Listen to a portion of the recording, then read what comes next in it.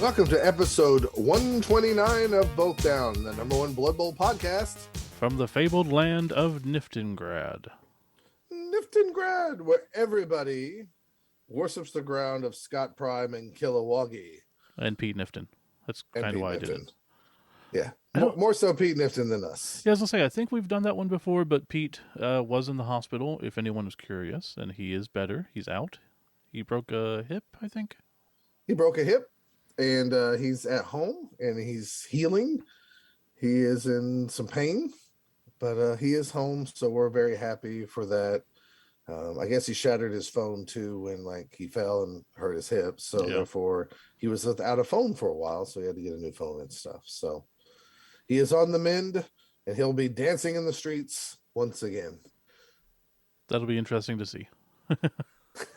But yeah, that is Scott Prime. I am Kilowoggy, Steve Campbell. How's it going? Good. Episode 129. That's pretty cool. And I only say that's cool is because I was thinking about it and I recalled an issue of I thought it was Avengers.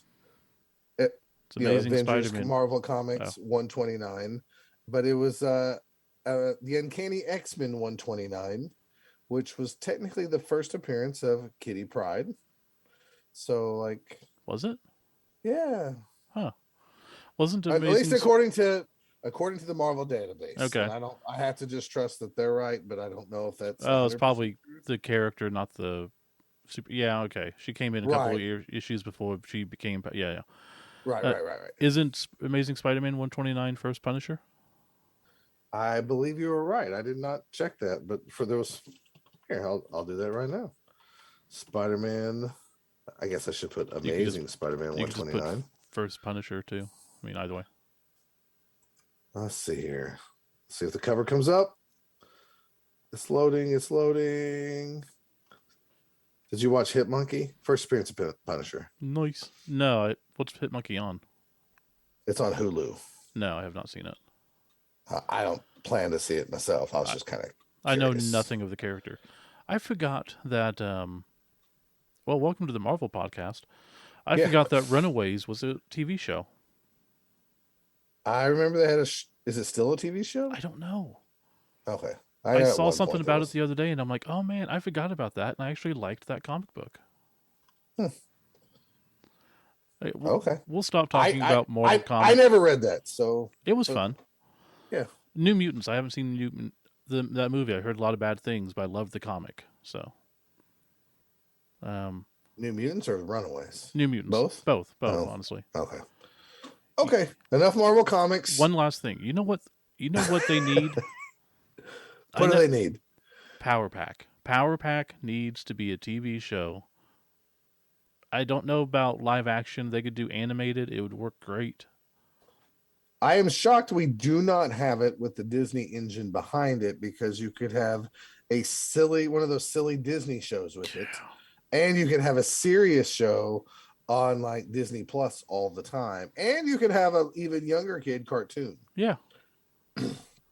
It seems like a natural, but at the same time, maybe it just feels too 80s. It also has no name power. I guess not. 90% of the people listening to this are looking up Power Pack right now. Nah, they all know it because they're only old guys who still listen to podcasts. They're not on the YouTubes. That's true. Watching Blood Bowl stuff. They're listening to this on their commute because they have jobs. Oh. So speaking of jobs, if you heard me recently talk about changing jobs, I changed jobs again. So. Yeah, Steve is he is like a star player that will just take any hiring that's out there and he'll go from team to team. And he could, wherever you work right now, Steve could be there in a couple weeks. I mean, if they pay me enough. See? But new jobs with a really good company, C.H. Robinson. It's a trucking brokerage company, basically. But a lot of stability, a lot of upward mobility, and if I play my cards right, I get to work from home completely. So, gotta love that. My job is going well. If we're doing personal updates. No one cares. No one cares? That's fine. Go ahead. Oh, I was just going to... I did not talk about it on the last podcast because it was around Christmas time, and I didn't want to bring anybody down. But last month, like, kind of kicked me in the nuts. My heat and air went out, so Oh I had to yeah. replace that. I had 4 tires go out, or where I had to replace all 4 tires in my car, and my dryer went out, all in the span of about 5 weeks. And throw in Christmas. And throw in Christmas. So nothing like a kick in the balls for about 10 grand to like say, you thought you had life figured out. Mm-hmm. You don't, pal. You're just blessed that you wake up every day. And I Yep. am. So So yeah, I think that's about it for us. yeah. Other than that, like honestly, things are going really well. So Yeah. Your, I guess, a family, both sides of it, Jen and your own kids, contracted a disease that shall not be named the recently. COVID. Yeah. Yeah. Yeah. Let's talk about actually what we're going to talk about That's what. today. Because That's why I'm leading it into it. oh, I got you. All right. So first up, what we're going to talk about is you're listening to this podcast and you're going, "What? These guys are late and they're talking about Marvel stuff." Well, the reason this is late is kind of like on purpose because we can't talk about what we're about to talk about until today, Saturday, when this releases. Mm-hmm. Which we were talking about the Spiky Presents 2021 Blood Bowl Season 2, the Almanac Yeah, with we all got the that a new while things. back, and everyone was still talking about, is that going to come out? Are they going to do one this year? We're Yeah. like, yeah. We can't say so, but yeah, sure is. Yeah, we think it's going to happen. We have full faith in that. So Mm-hmm. we are going to talk about that on the first segment. And then for the second segment, I will talk furthermore about the disease known as COVID and our journeys to Texas to play in a Blood Bowl tournament. They are Yes, related. yes, they are related. And yes, we traveled out of the state to play a tournament. It's already been a good 2022. And then finally, we're going to talk about our the Blood Bowl League, Season 8 of the Store League. That's raring to go and Just kicked off. start just kicked off. So we got all that to talk about. It's actually a very Blood Bowl packed episode where we need to try not to get on any tangents for the rest of the night so we can get through everything we want to talk about. And if you're ready to go, Steve, I'm ready for a short break, and then I'm ready to go. Sounds good. Let's go. All right.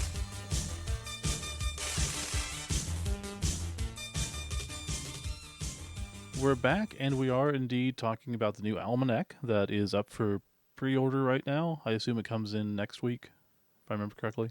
Yeah, that's usually how it goes. Usually they have the pre-order, and then like the next week the stores start getting stuff like that. Oh, So did the store get the Snotling dice? you mean the Nurgle dice, Nurgle dice. Yeah, whatever dice. or do you mean the Goblin dice?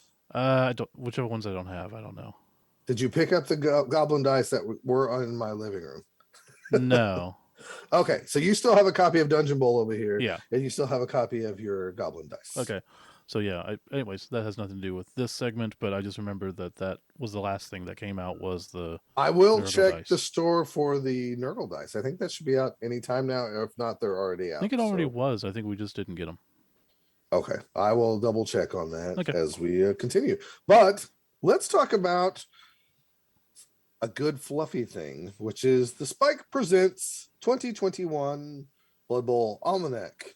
So, as most of you know, all you loyal people who buy the magazine that comes out every, quarterly or whatever, a lot of that is reprinted in here. Mm-hmm. So we're not going to All of it. I mean, rehash. those three. It's 3 spikes that are in there, right? Right. The Bretonians, the It's Bretonians. It's Necro. not Bretonians, Imperial nobility. That's why it's Yeah. throwing me off. Yeah. So it's Necro. It's nobility and the Black Orcs, and then it's also the corn stuff. Mm-hmm. All in one place, which is really nice. And I know it sounded like I was being snarky by saying that the people who bought it up front and now everybody gets to buy it later. I would not have waited, even knowing that I had like 3 or 4 months just to wait and get it all. So No. there's no way I do that. I actually really enjoy these for the most part. There's times that I wish they were maybe fleshed out more, but I really, really love the fluff side of this stuff. I assume this is the same feeling that people get, like D&D people get when a new Hmm. source book comes out and they just pour over it and they just want to talk about it and go, oh, do you know these guys hang out in these mountains and blah blah blah blah blah. That's how I get with these things. Yeah, of So course. what we're going to talk about today is like, is this worth buying if you already have the magazines? And Well, it we're does just going have to, some new stuff. You want to get into that? that's exactly what we're going to get into. So the first 100 and like 17 pages are all stuff from the old magazines. And then on page 118 starts the new stuff. Now, I'm going to be honest, I don't know if these were actually articles in like a white dwarf, because I know occasionally there's a card that comes out in a white dwarf. We haven't heard of them, so I don't think so. Yeah, so I don't think they are either. I think these are new things, but I just didn't want to act like I knew and then somebody else say, hey, you moron, that was in that white dwarf magazine. So first up is all-star games. These are some rules that if you wanted to have an all-star game, you can do it. It kind of walks you through like what to do, what not to do. You can even And indeed, it's like all existing stars can play, right? yes, it's all the existing stars, how to draft them, how to treat their injuries. You know, you can remove loner and stuff like this. This was probably the least interesting part of Hmm. all this to me. I did read it first, and I can't imagine doing it, honestly. I mean, I guess it, you know, And you know what kills me, too? This is, was, I mean, it's just a personal complaint and probably something that I'm just complaining because it's something I want versus something that they should have done. mhm. This would have been a perfect opportunity for them to print all the stars again, including all the new ones, Yeah. and have them all in one place. I wish we would get that with every one of these almanacs. That'd be a good time Yeah, to just update the star list and not just add new ones. Have the old ones at least reprinted in yeah. a small format so you can go back and you have a reference sheet. I totally agree with you here. And just Anyways, even just having that in one spot, like I if I want to take a star, I can just take that one book and have everything I need. That would be huge. to- totally agree with you 100%. We did not get that here. No. So here's the rules for the All Star game. If you want to do that, I thought that was the least interesting part. I don't Yeah. see myself ever wanting to do this. And And then again, also I say again, but didn't bring it up before. We being the role playing type of people we are, we don't care about the stars that much. You know, they're interesting and I like the fluff behind them, but I don't want to run a whole game using people I don't care about. the one-off All-Star game doesn't sound that interesting to me. And really, getting into page 124 here. This is optional league rules for long-term contracts for star players. And I thought I would not give a crap about this either. And the more and more I read about it, I'm not saying I want to do it, but I'm not saying I would turn down if I had maybe an opportunity to try it for a short league, meaning Yeah. like, 6 games or less type deal. But these are optional rules where you have a team and you basically can draft out, like name of the hat or something. You can draft out star players that fit your team. And if there's none left that fit your team, you can draft anything. So in some ways, it'd be kind of good if all the characters were gone, and you I get to permanently put these on your roster for a season. And then after like your league is over, whoever was last place gets to pick first the next season, and so on and so on. see, They I have think the that's an interesting idea, but again, I don't want to use existing stars. Like if we took that idea and created some, or even took the same ones and just renamed them, I'd be cool with that. But I don't here's like the idea of, you know, Morgenthorg being on someone's team. here's where I only differ with you. As I read this at first, I was like, "This is dumb. I don't want to read this." Mm-hmm. And then as I read it, I was thinking about all the models you have painted, Mm-hmm. all the models I have painted. Of we had a extra model, or we bought a star player model to Yeah. represent this character in case we ever play it. I did think about how cool it would be to have a whole league where all those models get used for once. I mean, like hell, But we could I'm a, still use them and just give them a different name. It could still be a Morg model, but it could be I agree. Trogodon or something. Right. I'm not saying I would do it. I'm just saying it actually piqued my interest of if, like I said, if we had some downtime and we agreed, like, hey, for the next Yeah, 2 months, we're going to play 6 games. Let's give this a try. I think I would be down to do this, and then I'd be bitching and moaning when I don't get one of those elite stars. I think this is probably something we could probably bring up in the last segment when we talk about the league, because Sure. we could talk about how it might be easier now that we're doing what we're doing. Yeah. Um, they have their own injuries. So if they got like a miss next game, they would still miss the next game. But if they were dead, they would just miss one game and come back. So Yeah. there's like special rules for them. If you did get them for, let's say you had Zug for some reason on a halfling team, Hmm. and you happen to draft Zug again the next year, his loner would actually fall off, which I found was interesting. So Yeah, that because he gets used to hanging out with the team. So I guess from that fluff standpoint, that might have been the part where they kind of started to sell me on it because I thought, oh, they'll be here for a long time. and there's a little bit of second edition Scott in me that remembers getting the Star Player book. Oh, all these guys have all these star yeah. players. And then you're like, here's Reekland's 6-star players. Here's the guy outside 6-star players. And 2 games into the season, you go, well, that star player's dead because of Mighty Blow 3 or something like that. So No, and I don't, you're right. I come from a time after that where star players were just these people you would induce. Period. right. So So it is a difference in there, and like I said, I mean, it's odd to me, but I'd be cool if we just renamed them. I got you. Because even Um, then, it's like because we talked about that before. We used to do that too in the old home league. You know, people would hit the 150. Was it 150 or 175? It was uh, 175. yeah. The superstar status or whatever. And once they hit it, they could finish off the season. But after that, they became a star player, and we could induce them. I don't think it happened too often. No, but Alan had a vampire that became a star player and Yeah. stuff, and that was really unique. So I think we only had one character that actually that happened to. No, we had Oh, Sears, Action Jackson did, and his you're vampire. right. You're right. You're right. I Yeah, forgot about Sears and Action Jackson near the end of the league. So it was at the very end. But yeah, Allen definitely got there first, and his guy was a beast. yeah, he he was a mean vampire. So that goes through that. Then on page 130, we have the star player spotlight. This one is with Barak Farblast, the bazooka guy, the Hmm. dwarf bazooka guy.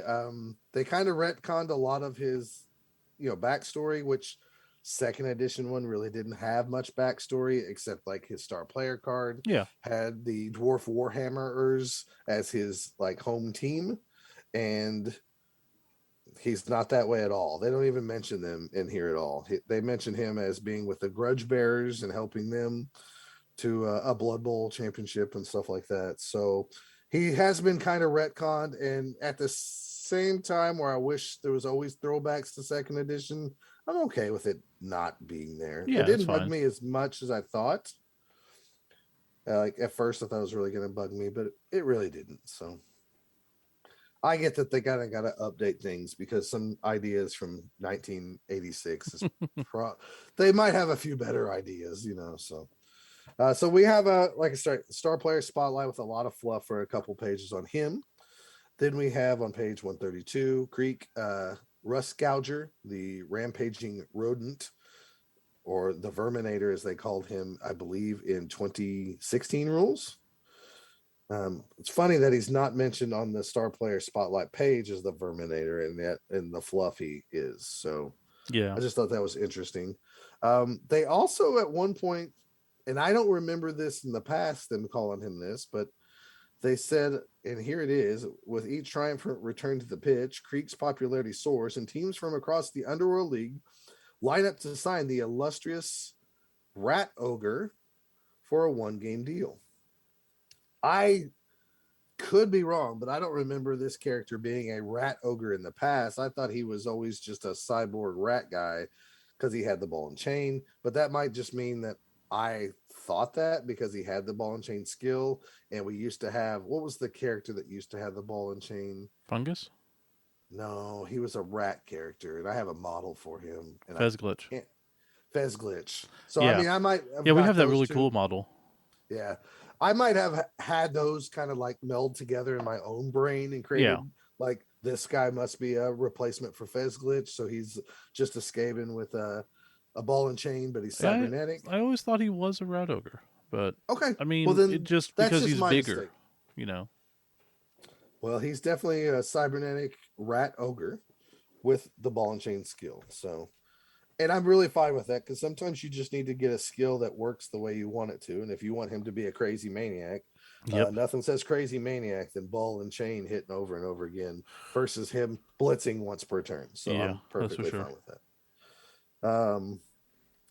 Throughout all this fluff, there's some great little, I love it when they put extra like team names in here, like the Cragmire Critters or the Copperhold Cannons, like for a dwarf team. Oh, I like that one.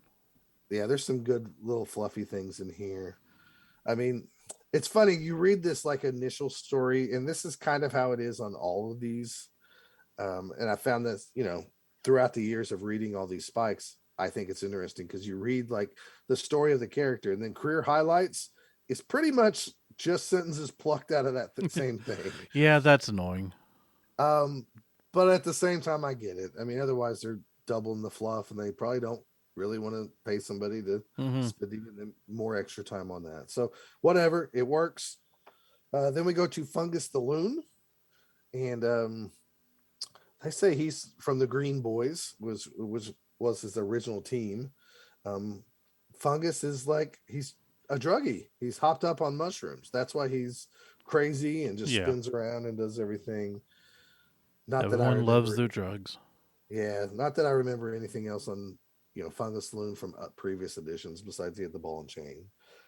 But it goes through his little bit backstory and all these things. So he was like a cook or whatever and Hmm. cooked mushrooms, and they saw him go crazy one day, and here you go. So, anyways, Fungus the Loon for a couple pages, and then we have Bomber Dribble Snot, which I really, really, really enjoyed, like his kind of backstory. He was part of the Goblin Circus, and he accidentally had too much. They put too much gunpowder in one of the cannons, and he flew over where his target, and he flew onto a Blood Bowl pitch and knocked the guy down with the ball, and therefore became kind of a celebrity.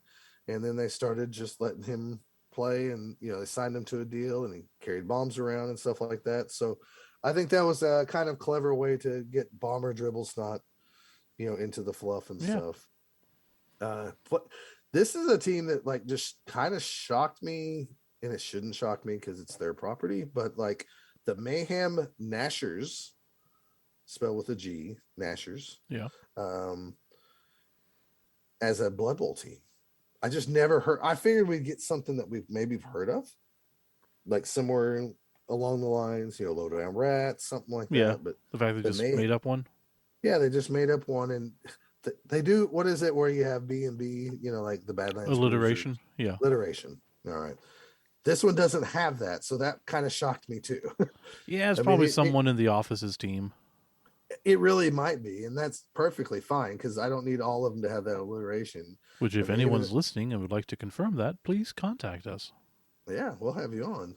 Like in the opening paragraph, it talks about the Altadorf alkalites, which we've heard before in the past. So just the fact that the Mayhem Nashers are in there, I think, is Yeah. different and still cool. So But is it both goes, down approved? um, yeah.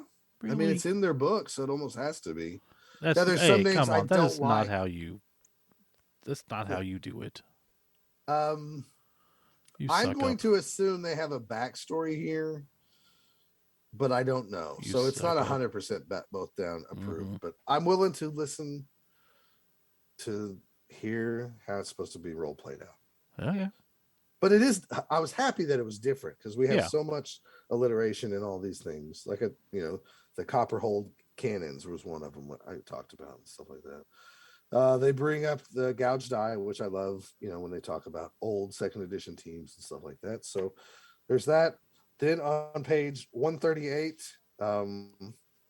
they have rules for multiple player Dungeon Bowl, which I am glad to see is in the Blood Bowl book since they are sister games or Yeah. cousin games. But It's not the realistically, best. what they're telling you is, hey, go buy 2 packs. Yeah. Have two friends come over and play some Dungeon Bowl. Now, what they don't tell you beyond that turn order, every turn everybody rolls and you have like an initiative. So it's possible that I could go last one turn and we roll for initiative Hmm. and I go first the next turn. And that's just how it is. Yeah, and I'm not. Yeah. You probably have to do that though to just give the game some type of ebbs and flows to make it end. I can't Otherwise, imagine doing four-player that and how long you have to wait in between turns, let alone I possibly think this getting would skipped be 3 or 4 times. I think this would be definitely a game where you're like you have maybe a baseball game in the background or a Yeah. football game, and you like to drink beer or sample your homemade brews. I could see Jeffro playing this all day long Yeah. because he could just talk and hang out and move some players around. Now, I do think it'd be better with a couple balls versus one ball. Yeah. Um, I don't know. It might be worth trying at some point. I would actually like to play some more Dungeon Bowl, to be honest with you. Um, I want to play it in a league format just because it means more to me than a one-off game. Hmm. But anyways, there you go. You wanted some rules for Dungeon Bowl without getting the book. You don't need the PDF. Just buy two things of Dungeon Bowl. Yeah. And again, we're um, not going to release the things separately, so you have to buy the whole set. And we priced it very high, so enjoy that. right. Um, Page 146 has red cards and rule keepers, and these are referee rules. And they just go through how you could have a referee that'd be on the pitch and moving around, and Hmm. how you could block the line of sight of the ref so you could foul more times. So It if you seems want to, very second edition, if I recall correctly. yes, Okay. on second edition you had the ref running around, and if he went into your square, he called you out for some reason, so Yeah. he could really f up over a team really easy. But this is a good way if you wanted to use those models that come with the Blood Bowl Yeah. and the Blood Bowl. I sounded like I was 80 instead of If it almost comes with 50. the Blood Bowl. Your Blood Bowl 2020 edition comes with two referees, and you can use them here. I would actually really like to try these referees out. Yeah. I don't think it would really matter, but at the same time, reading this and the league coming up, it made me think like maybe we should try this. Yeah, and that's again something we can talk about in the last segment because we both have thoughts. So my favorite part of the book is coming up here, and it starts on page 150. And I love this stuff. Love it, love it, love it. And I have not cross referenced this, but this is Blood Bowl Roll of Honor. It shows you that traditionally the Blood Bowl year was just 500 years into the future. So it would be, 25, 22 now. But in Blood Bowl lore, that kind of went out the window with the newest editions of Blood Bowl. They scaled it all the way back. For a long time, we had real Chaos Cup winners. Their team name got into the kind of the fluff side of it when we had the LRB books. Mm-hmm. We no longer have that. We're back down to, the year 2000 or 2500. But they have the Blood Bowl Roll of Honor of all the Blood Bowl winners from Blood Bowl 1 all the way through, the year 2500. So that makes me If I remember correctly, super duper happy. haven't we gotten This like before? not well partially that before, but also haven't we gotten did you knows and stuff in the future past 2500? Like team histories and stuff. I thought for sure we had. My old brain wants to say yes, but I don't know if I'm like Yeah, and I don't putting care things enough to go together. back and look. That's the problem. Right. I have so many old Blood Bowl magazines and Yeah. Blood Bowl White Dwarf articles and this and that I don't know. You I know, swear we did at one point, but I don't want to say for sure. And yeah. I have to accept that like Blood Bowl 2020 is a soft reboot, so some Yeah. things have probably changed. And Yeah, but well, that's true, 2020. As I say, I know more than likely there's people listening to this who are screaming at the radio going or their phone like, "Yeah, of course, we just heard this on like 10 podcasts ago." Well, right, it's a long time ago for us, and we do not remember what we say. So, no, not at um all. No, You can come talk to me at a tournament and go, remember you said this? And I'll go, I have no idea what you're nope, talking not a clue. I lived through it. I know that. But I really wish they'd keep the old naming or the year system because we'd have 25-25 coming up soon. Yeah, I And I thought would about get that a too. Cleopatra team. Like, an old. I wanted an Amazon / Camry team. I can call it Cleopatra 25-25. Oh, that's what you want. That sounds terrible. Come on. I wouldn't name it that, but still. I wish they would have. I am fine with every time they come out with one of these almanacs, they just update this, and it could be some team from the almanac, like the Office League, Yeah. or just if they wanted to pick a random team from the old like second edition stuff or whatever their database is. I'm perfectly fine with their their version of the Blood Bowl universe and who they think has won the last thing. I do wish it was up to date. I wish we weren't stagnant with this 2500 as being like, the final year of Blood Bowl and going forward, but it is what it is. And I'm just happy that we have like a consistent list, maybe at least for now, of the Blood Bowl winners from 2461 through 2500. And they even have the 2489 year. That's the gaps between Blood Bowl second edition and third edition, where Nick Threehorn ran away with the Dark Side Cowboy cheerleaders, Yep. and the season just never finished. So they still have that in there. And so, like in my fluff, the Oakland Raiders won that Blood Bowl because we played out a whole league. So, Of course, yeah. which means in my league or my world, the Oakland Raiders won back-to-back championships in 2489 and 2490. So interesting. Um, yeah, so we have all these winning teams. We actually have the scores, which I think was really cool because they didn't have to do that. Yeah. There's some teams I don't remember winning Blood Bowls in here, but at the same time, there's so much of this that's taken out of like second edition, and I really, really, really appreciate that from my standpoint of being a child of second edition. So the Lustier Croakers are still mentioned in here. The South Storm Squids are mentioned in here. Arctic Crag Spiders, they have their lone Blood Bowl championship. God, The Old Time Ogres. what if, like, if GW is listening, if you do a Norse team, please make it the Arctic Crag Spiders. I would Golly, love that so much. I would cream my panties. That's for sure. That would be so good. I just love that name. I wish I would have created it Yeah. so I could use it all the time.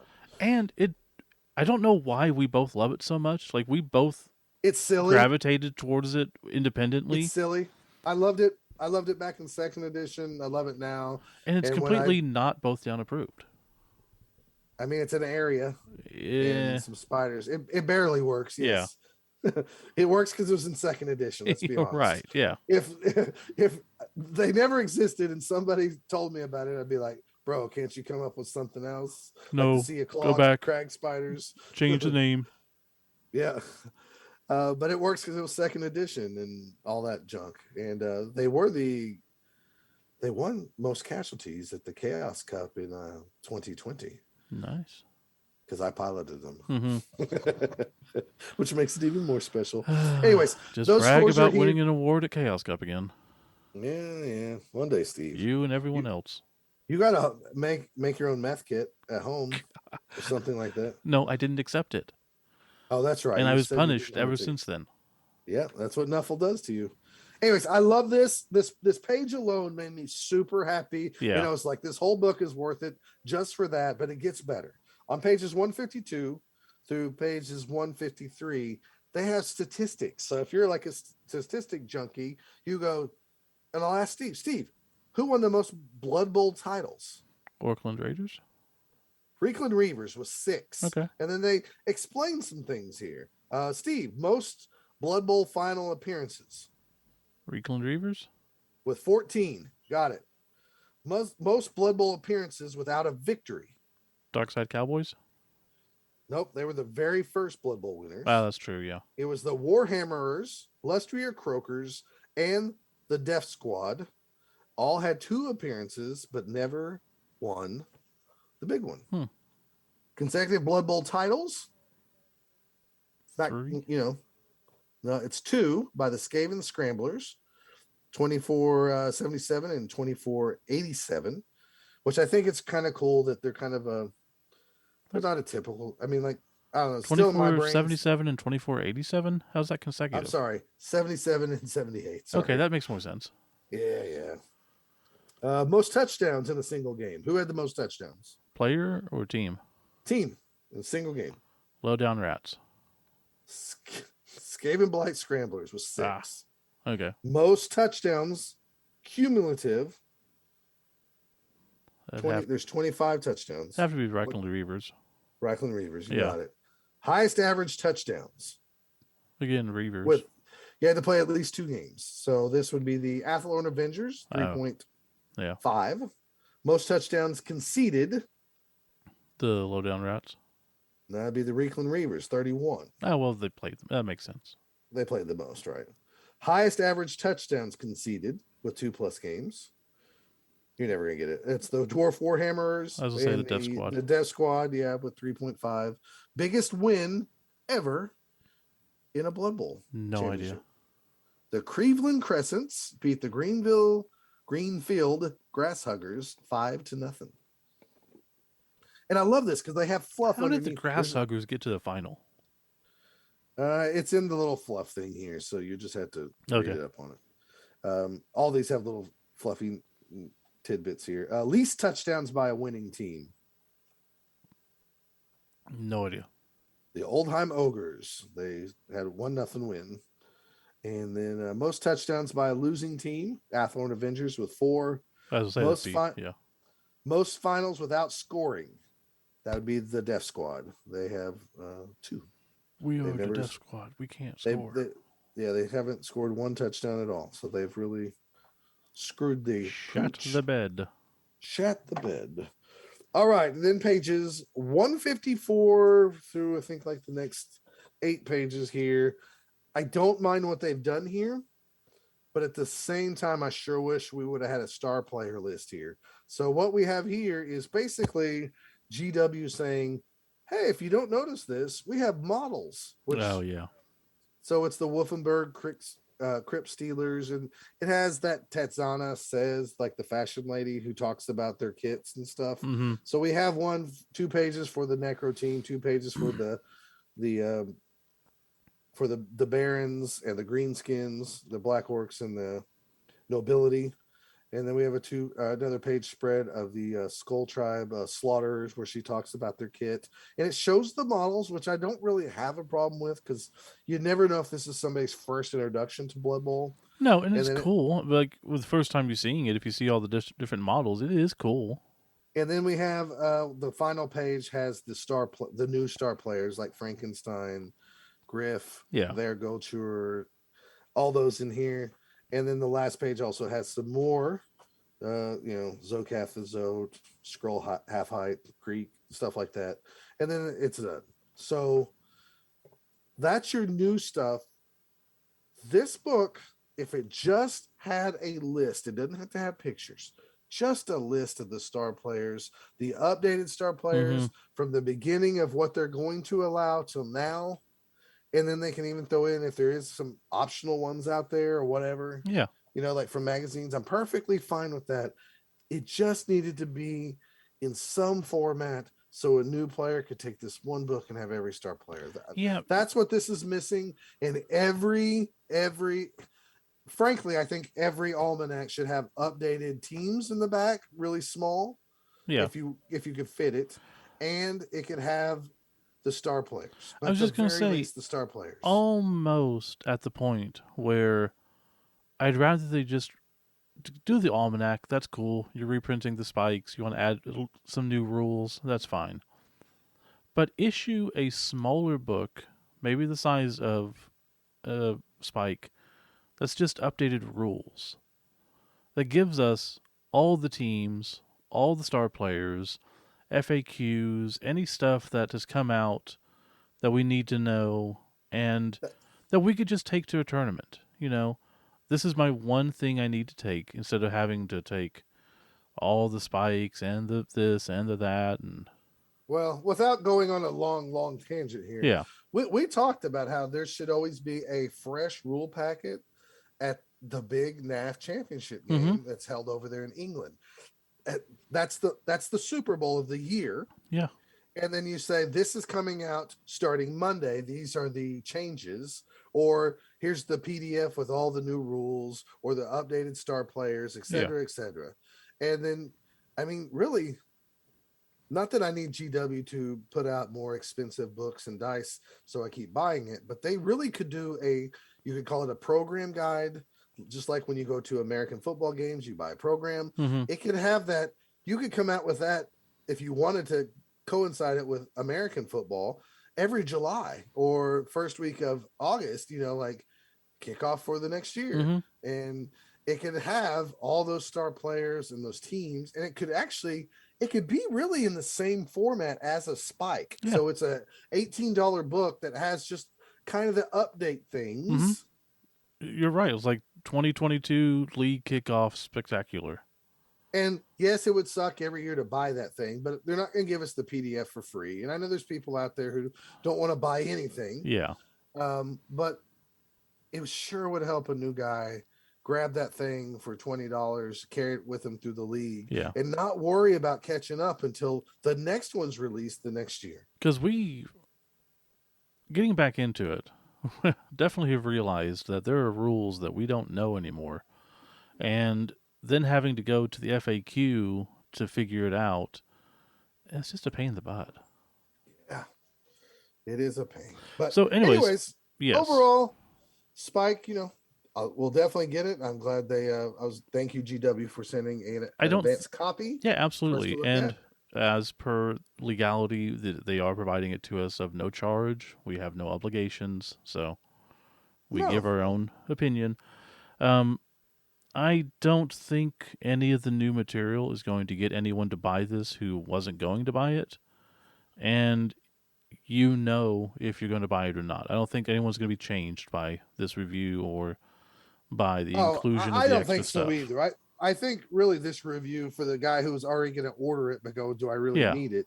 He might be like smiling right now because he's like, oh, cool. I love all those old stats from old Blood Bowls too. Or, oh, cool. Now, I want to see this or that. Or and maybe he just likes fluff. I just like to have it because it looks cool on the shelf, and if I need to get the info, I have it. Mm-hmm. And I know some people would feel justified, like if they buy it, then if they were to find a less reputable source that has all the information online, they feel justified to use that because they already paid for it. One of those things like, can't copy music, but if you own the CD, you can, type of thing. Right. So, and if that's the case, fine, you do you. I don't care. Um, Overall, how much is it? I just looked for the price. If I'm crazy, It's on the I don't back. see. Over the Is it? should be above the UPC. I don't see. I see the ISBN number Yeah, here. above that There's no or below it. number.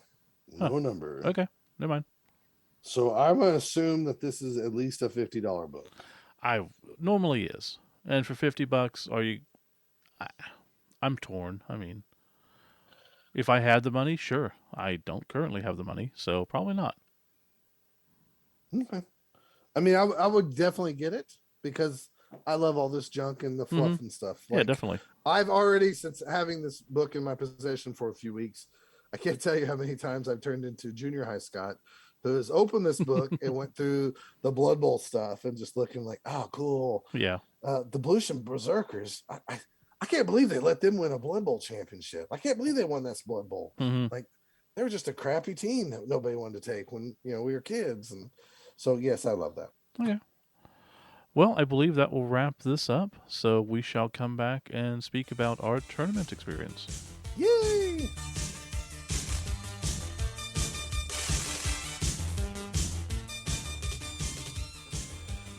Yes, we are back.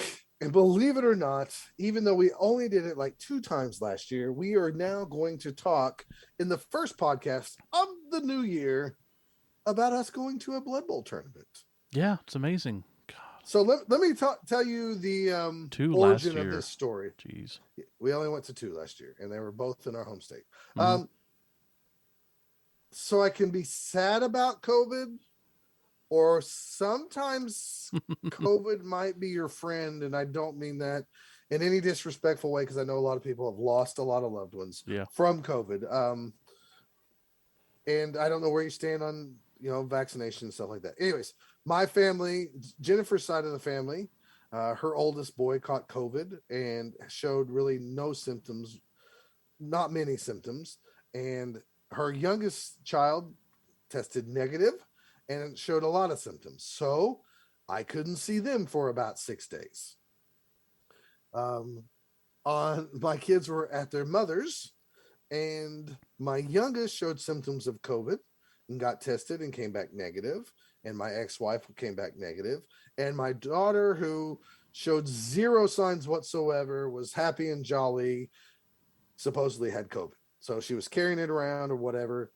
Long story short, I couldn't see them. We were approaching the weekend. It was like Thursday night going into this weekend that I was like, God dang it. Now I'm not going to see my kids. I'm not going to see, Jen. I'm a sad panda. And then I thought, I was like, wait a second.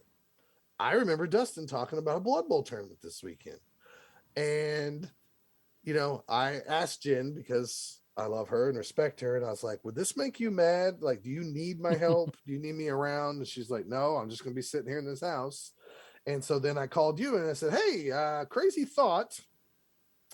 I don't need your answer until Friday, which is tomorrow, but would you want to go down to Texas for a Blood Bowl tournament? You're like, hell, I don't know. And then I called Drew Bucciccone from Three Dot Block Podcast, Who and has I said, recently moved to Texas? yeah, he's in like the north of Dallas area, Little Elm or somewhere. He Mm-hmm. probably doesn't want us to tell everybody where he's at because he's so famous, but uh, he's in Texas now. And my thought was, is hell, I don't have much money, but idle hands. I don't want to sit at home by myself because all I'm going to do is probably sleep all day or play Rocket League all day and get mad at people instead of Yeah. doing anything creative or productive or anything. So like, it's like I got to do something, or maybe I'll just go play Dragon Ball all day or something goofy. Um, so I immediately got a hold of the TO and I said, "Do you have any spots left?" And he said, "Well, yeah, I think we can fit you in." And I'm like, "Okay, well, I might have a few people with me." He's like, "Oh." And then he got back with me. And long story short, he said, "Yeah, I can get you guys in. It'll be tight, but I can get you in." So we asked Drew if we could stay with him, and we all turned in our rosters Friday night because this really came about Thursday night. And we're in Texas Friday night over at Drew's place, and turned in our rosters and I everything. had to And fix mine. yes, on the way down, Steve had to fix his. And anyways, we went to the Texas Chainsaw Massacre 2, TOO, and this was going to happen in 2020 because that's where all the awards had that date in them. But because of COVID, it was canceled. So he's finally having a chance to redo his tournament. This was put on by Jason Campbell in the Dallas Fort Worth area. I don't know which league for sure he runs or anything like that, but I know pretty sure he's in the league with like Mike Patterson and some of the Dallas guys. Mm-hmm. And we went down, we stayed with Drew. The next morning we got up, we drove over to Fort Worth, which was about an hour drive. Let's back this up. You want to talk about where we went before the tournament? We went to the kolache factory and Yes. had some amazing breakfast foods that only Yeah. only Steve in this planet does not enjoy. They are fine. They are They're, just fine. They're not worth going 30 minutes out of our way to get. See, I wasn't going to bring this up because I'm going to tell a story about why you should never trust Steve on food. Because after we got Kolache Factory, Steve lost his guts in a comic store. Oh, well, yeah. That He blew happens. up the bathroom. And then as we stopped right before we went to the Blood Bowl tournament, we stopped to get a drink. And Steve, it's 11:50. And Steve decides to get a breakfast sausage that's been sitting on the rollers probably since 5 o'clock that morning because he was hungry. Well, I mean, So we just don't agree it here, was not Steve. good. I mean, I'm not saying it was good. It was not good. I wanted to try it because it was breakfast sausage on a bun. I know. and it was You're bad. definitely a bread and meat guy, which blows my brain that you do not love the kolache factory, but Again, that's I okay. like it. It's just not mind blowing. Oh, it is mind blowing, folks. Let me tell you something. It is mind fucking blowing. Okay. That's how good mind blowing it is. My whole family loves So it. the So tournament started at noon, which was odd. yes, Was it noon or 11? It was noon. Yeah. was it noon? Yeah. I'm trying to think of the store, and I took a card, and it's in my wallet, and now I cannot remember. So, I so I wanted to am say Area 51, but that's not right. no, that's not right. Just Forbidden give me a terrain? second. You ramble for just a second, and I'm gonna go Um, find. so the tournament had special rules where you could, no matter what, everyone's getting, not everyone, every team is getting one person with a chainsaw. You So have to take a chainsaw. you have to take at least one. But you could take more and conceivably have up to four. And there were two Was teams. there a limit? I I think don't think there based was on the the money, there was a limit. you could keep getting, like Steve said, you could keep buying chainsaw guys. Yeah. They were just 50K per Yeah, there's, chainsaw. I don't remember exactly. However, there were two teams that had four chainsaws, and I went through both of them. Since there were so many chainsaws at this event, I decided that I wanted to take a team with high armor, so I chose Chaos Dwarves. Okay. And did you find your information yet? I did. So this was held at Evolution Games in Fort Worth, Texas. It was a gaming shop that they had some, like Warhammer tables in the back and stuff like that. So yeah, it It, was your typical they game had shop. Minute, was it was pretty neat. They had private rooms for D and yeah, D or that's whatever. It was not much to look at on the outside, but once you got in, it was much nicer. right. That's true. It was deceptive because you pull up and you go, oh, because it was a kind of a not really a Industrial looking area. yeah, it does. That's the best way to describe it. It was just not what you would have thought. And then you pulled up, and then once you go inside, you go, oh, this is pretty awesome because Yeah, it has all these extra rooms. We had plenty of room. I believe we capped off the event maybe with 24 with us showing up. I And I think believe he that's said that right. he had four people drop. So he had 20, maybe 22. I cannot remember the total. So, I was thinking it was 24. I'm not positive. oh, maybe it was. I don't know. Either way, um, but yeah, it turned out well. Jason ran a very good event. Ran on time, which was kind of surprising. Well, Not I because mean, of him, just because when it starts late and then everyone hasn't played in a while and just kind of general. yeah, I mean, our luck with going to Texas tournaments is a lot of times they run behind, and that's not a knock on them. It's That's not on just Mac. saying, Yeah. like, that's just, well, you got to have help. So, you know, we thought that it would run a little bit late. We just thought by Mm-hmm. the natural order of things it'd run late, and it didn't. It stayed running on time. He kept it running really smooth.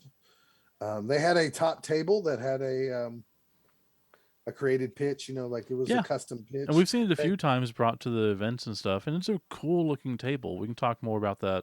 Did you play on it? I did not. Okay, The we can highest I talk made more it about was that later. table two was the highest I made it to. Okay. Um, We'll go through our matches. yeah, we can just go do that real quick. I Let me set this up really quick. Sure. You Yeah. were you were giving 1,120 gold pieces to build your team. Very odd Then amount. after that, you had 160 gold pieces to buy skills. And you could have stars if you wanted. You had to have 11 players before.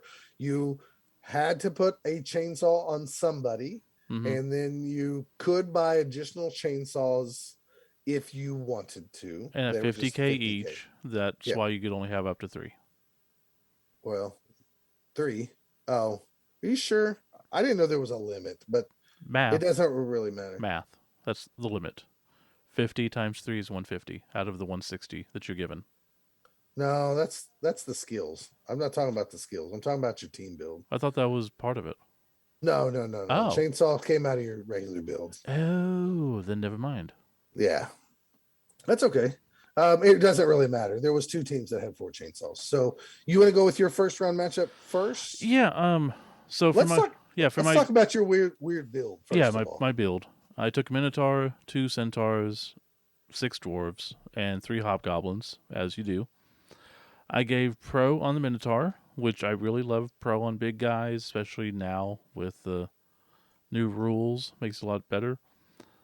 Block on the bull centaurs, block and sure hands on 2 hobgoblins, and I had 1 reroll and 1 dedicated fan. And I took a bribe, which was important. I put a chainsaw on one of my chaos dwarves And it because was as we were driving down to Texas, I tried to remind Steve. Steve didn't think it had secret weapon. right, because you had to use it. So I was thinking it didn't have secret weapon. I don't know why. It said very clearly it does. I mean, come on, Steve. We had almost 12 hours to I make a know. roster and decide if we were going to go to this event or not. So So I changed it and I put the bribe in, and everyone I talked to was like, "You put it on a chaos dwarf instead of a hobgoblin?" I'm like, "Yeah, I can only field 11 people. Of those 11 people, I've got a minotaur, 2 centaurs, and 6 chaos dwarves that I have to field. Like, you know, they're the money. I got to use them. That allows me 2 hobgoblins, so I can either have 2 with block and sure hands, or I can have only 1 with block and sure hands and 1 with a chainsaw. So I just felt it made more sense to put it on the chaos dwarf, and it helped. He was a stupid idiot. well, Dang. it's a good thing you caught that on the way down so you could change your roster and get a bribe. So Although I probably would have done better with more rerolls because that guy, the chainsaw kicked back almost every single time. It was horrible. you probably were better off not using the chainsaw on the Chaos Dwarf. Mm-hmm. Pretty much. But, you know, it's there, so I got to use it. Uh, First match, I got to play against the Amber Waves of Pain. Dustin Parsons, one of our good boy friends. Is he your good Good boyfriend? boyfriend. I don't know. He's one of the. You could say that he's one of the guys who helps run Oklahoma Bowl in Yeah, I the mean, at sense this of point, he is. he He's, is part of the Oklahoma Bowl committee. So yeah. Him and John have both become very good friends and just great guys. And his team's freaking amazing. He paints all of our stuff, or a lot of the stuff, and he yeah, had he's 2 trolls. I guess it was a snotling team. He had 2 trolls, 2 pump wagons, stunty runner, and then a whole crap load of stunty linemen. and 4 chainsaws. And 4 of them had chainsaws. And god dang, the first half, and he's not going to see it this way, but the first half was pretty even. I was able to score on him, but I was not hurting his people enough because they have 5 armor, and I kept rolling a 5. Excuse me, they have a 6 plus armor, and I Yeah. kept rolling 5s on them. That first half, I rolled at least 5 5s. I just couldn't do anything. Even with my tackle, I couldn't, thin the numbers. And he had a full 16 people on his team. Mm-hmm. But I was able to take out a pump wagon, and um, he wasn't able to keep all of his people because of secret weapon. And then the second half, it just everything started going my way. I was getting people off. He was getting people chainsaws, knocking himself out, all this type of stuff. So I ended up winning that one 3-0, pretty decisively. So my first round matchup, I played a guy from Houston named, I believe his name was Robert. He had an ogre team, and let me get to the story of my team. I I didn't know what to play, and because we were deciding on Thursday night, I probably stayed up till 1 or 2 in the morning trying to do I take this? Do I take this? Oh gosh, what do I do? What if there's a bunch of these? I'm trying to figure out the meta. Is everybody gonna take dwarves because everybody wants high armor, or do they want this? And so finally, I had a long break at work where it allowed me to come home for a couple hours, and I came home and I said, I got 6 rosters or something ridiculous. I said, I'll just let everybody decide for me. So I threw them up on the Both Down Facebook page with everybody that could pick one of the icons, a thumbs up or a smiley face or whatever. And I was just going to take votes until 3 o'clock that day or 4 o'clock. And whatever team had the highest votes, I was going to take. That way it was out of my hands and I could stop thinking and thinking and overthinking and I could just pick one. I really thought the team with Griff, the Old World Alliance team with using Griff as a star player, would have got picked Mm-hmm. because I was kind of leaning that way just because. I also had an Old World Alliance team, I think, with Grack and Crumpleberry, and I had a lot of different iterations of this and that. But I did have a undead team with two chainsaws. Why two chainsaws? Well, I bought a hack and slash model way back when and had it painted. And also about 10 years ago, or maybe it's less, but it's probably 10 years ago now, there was another hack and slash model that the skeleton had the flaming head like Ghost Rider. So it looked like Ghost Rider with the chainsaw. I had it painted to use as hack and slash. And, I induced so many chainsaws. So I never really got to use these models. And I thought, hell, why not? I can use both models. This would be the perfect excuse to use both models at the same time at a tournament. And I finally get to use them. Well, I guess the world thought that's what I needed to play. So I took Undead. I had 14 players. I had hack and slash is what I named the skeleton with the chainsaw. That was the hack and slash GW model. And then I had Ignacio Blaze, which was the other skeleton that looked more like Ghost Rider. He was the chainsaw I paid for. I had two mummies, one with guard. I forgot that it costs doubles to get block on your mummy and double, or not doubles, a secondary skill now is the right terminology. To get a secondary skill of block, it is 40K instead of 20K. So that really changes how build undead, shambling undead, I guess I Mm-hmm. should say as well. Yeah. So I had one mummy with guard. I took two whites. One of them had frenzy. One of them had tackle and leader. I only took two ghouls instead of like three or four. Um, one with block and sure hands, another with wrestle. The two skeletons with chainsaws, and I had one reroll.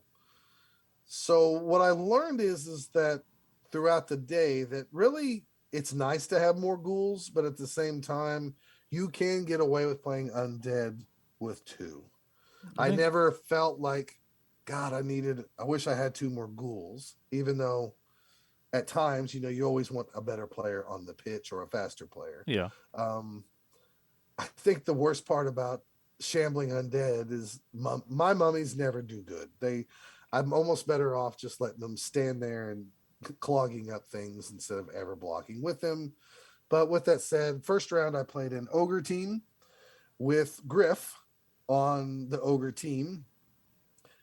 When I saw the team only had a couple ogres and Griff, I thought no big deal. I'll just wear down the snotlings. Just be, Griff and two ogres can't win a game for them. Mm-hmm. Like you, the whole first half, I got zero casualties against the ogres or the snotlings. Even when I knocked them down, I rolled fours and fives and threes. I was getting very frustrated. Luckily, the guy was playing. He had a snotling punter or whatever, the ogre punter, Yeah. and he was kicking the crap out of his snotlings. He actually did more damage than I did, so that kind of helped me out.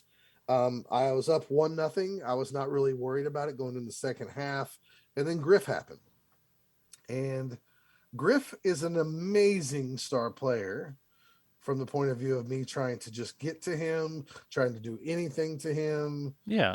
And with that team, all you're doing is putting stupid snotlings around Griff and letting him go wild. Yes, You want to and hit Griff? Well, too bad.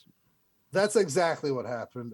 It changed when one of the mummies got hit by an ogre, and they casualtied him. So it kind of started changing the course of the game. Yeah. It turned into a 1-1 game, and then all this whole game, first half and the second half, when I got the kickoffs, the ghoul with sure hands fumbled the ball 2 times in a row. So rolled a two, rolled a two, rolled a one, rolled a two.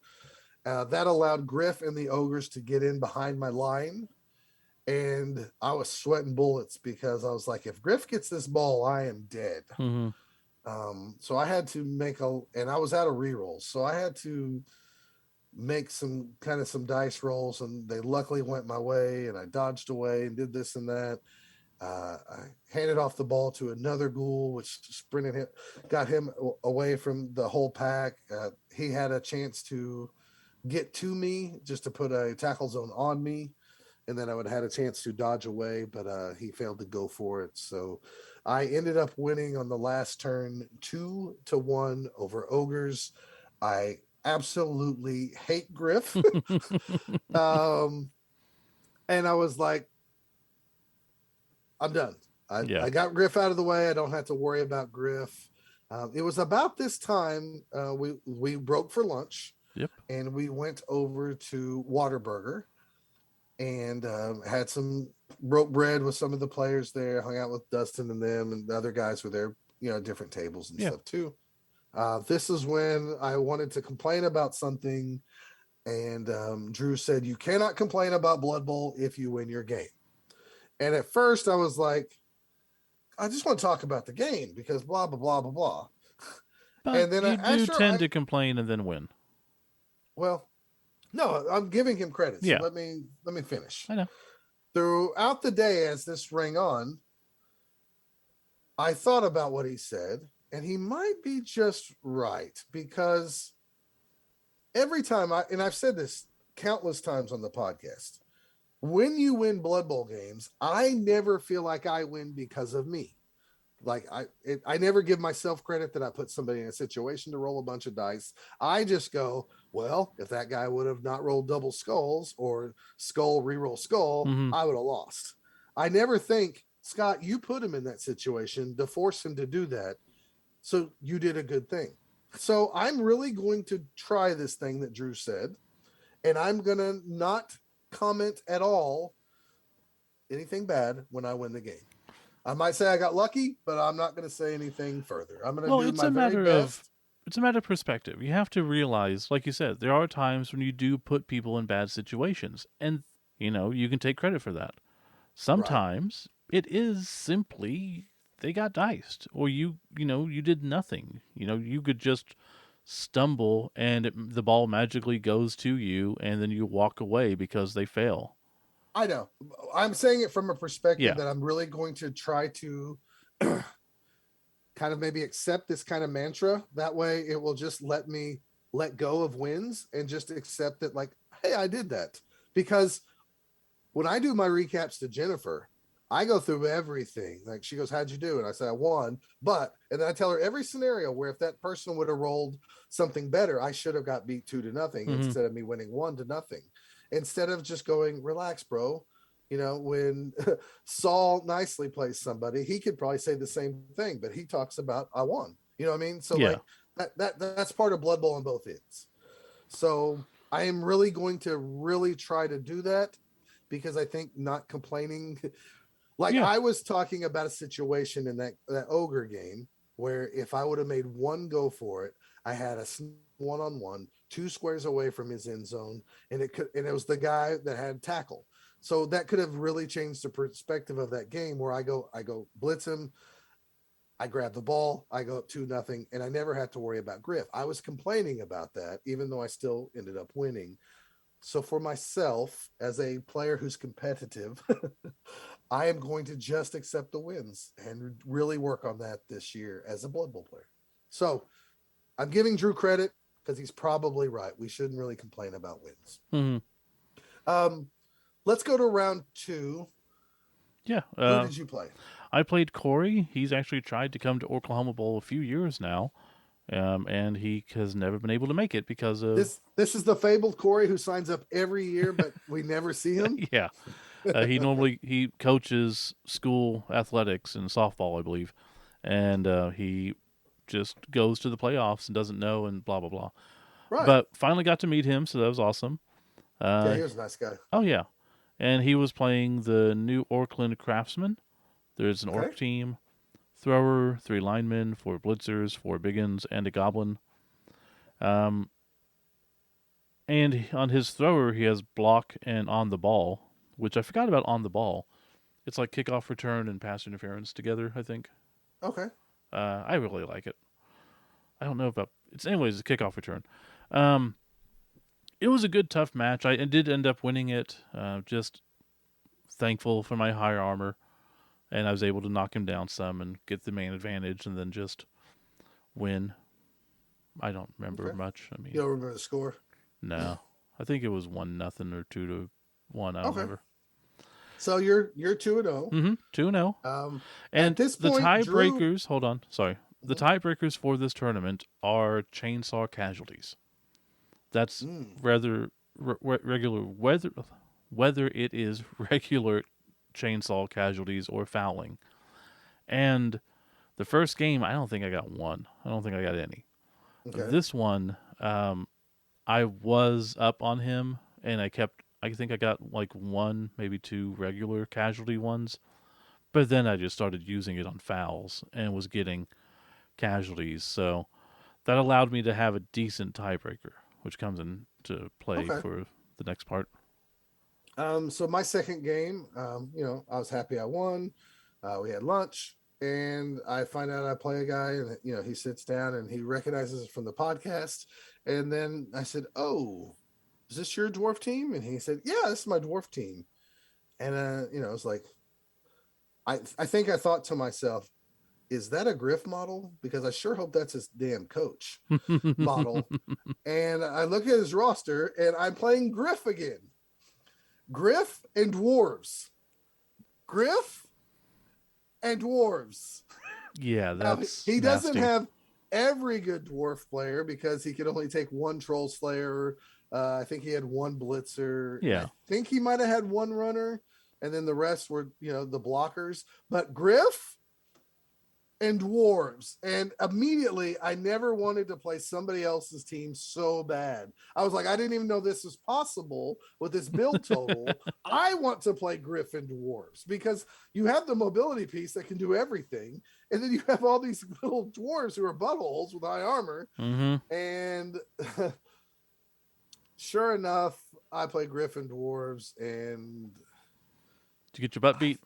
I got my butt beat. I think I'm trying to find scores here because I don't remember. I think I did I think it was 1-0 if I remember correctly. It was a half where like I couldn't do anything against Griff, Yeah. period. Like I just couldn't. I think I got to him maybe one time and it was useless, but maybe I didn't. No, Yeah, I got you beat. mentioned that you got to him at least once. Okay. Yeah, it's been now 2 weeks. Mm-hmm. It was 1-0. He scored in the first half, so I wasn't like totally down on myself. But this was the game where like he got casualties against me, so I was players down Yeah. against dwarves. I think I got caught fouling too because I tried to trying to even up the numbers, and I quickly found out that like my chainsaw guy sucked when we tried to just break armor, so fouling was much better for us. But I got caught fouling a few times as well. Second half, like I set myself. So the guy I played, and if he's listening, because he says he listens to before, he was he was the type of guy that kind of like how Gary plays when he says, "No, I already said it. I'm not going to take it back." Mm-hmm. Like he would do that to himself, and so I learned as we played, like I got to be careful, Scott, because he plays tough on himself, so he's not going to let you take things back too. So, I was trying to tell myself that because you play some people who will like move a model up and then I go, oh, never mind, I'll change my mind. And most of the time I go, no big deal. I don't care as long as dice didn't get rolled and as long as we get played the same. But I noticed he was not taking stuff back for himself when I probably would have let him. Like, I'm going to throw this block. He's like, oh, I thought I had two people. Oh, Yeah. well, I already said it. I would have let him move somebody up. But I noticed this. So I had one final opportunity. I had a guy where there was just enough plays. There was a big scrum on my side of the pitch. I was so proud of myself. I made a whole bunch of blocks to like open up this lane where I could hit his ball carrier, and I would have two dice for the first hit. And if worse came to worse, he was frenzy. I would have had a second hit. I moved my guy up and I put my guy right in the way where he wouldn't get two dice. So Mm-hmm. he got one dice. Uh, I either fell down or the dice, I just pushed or something ridiculous like that. So I was really, really angry at myself because Yeah. he was playing really hardcore, and so I wanted to stick with him and play that way as well. No, you have It to. it really was a really good game. Like I said, it was only 1-0. If there was a couple more plays, he probably would have scored because I think the ball eventually got into Griff's hand like right near the end, and he couldn't score and I couldn't get to the ball. But Yeah. it for what it was, with me being down some people, it is what it is. My mummies sucked again in this game. Like my mummies didn't do jack all weekend, so I was 1-1. I was kind of sad. But I think I remember telling you, or maybe it was Jennifer on the way down. I was like, if I go 2-1, I'll be super happy. So the goal was still there to maybe get 2-1, and then we go into the third round. But before I want to do that, I believe Drew, he took halflings with Zug and Deeproot, right? I believe so, yeah. And I believe the first game he had, I think he tied. I think the second game he lost. Yeah. And so we're all going into the third round. So I just kind of wanted to update with our other travel partner here. Yeah. And I had no expectations going into this tournament, and lo and behold, I'm on top table. I, And you have a damn chainsaw in the hands of your chaos dwarf. You shouldn't be at the top table. mm-hmm. And he's horrible. Um so this top table, let's just talk about this real quick. They have a glorious looking top table. It's what the Hearst mold stuff, most likely. That's what if I had to guess, but I'm not a big time modeler, but They they that's the have name I know. yeah. So It's is that kind of look to it. It has a couple of dice towers on it, on one on each side. It's real nice. It's really nice looking. It really is. yes. It could use some white lines to tell us where the middle and the wide Was it zones hard? are. Was it hard to read? Very hard to read for Okay.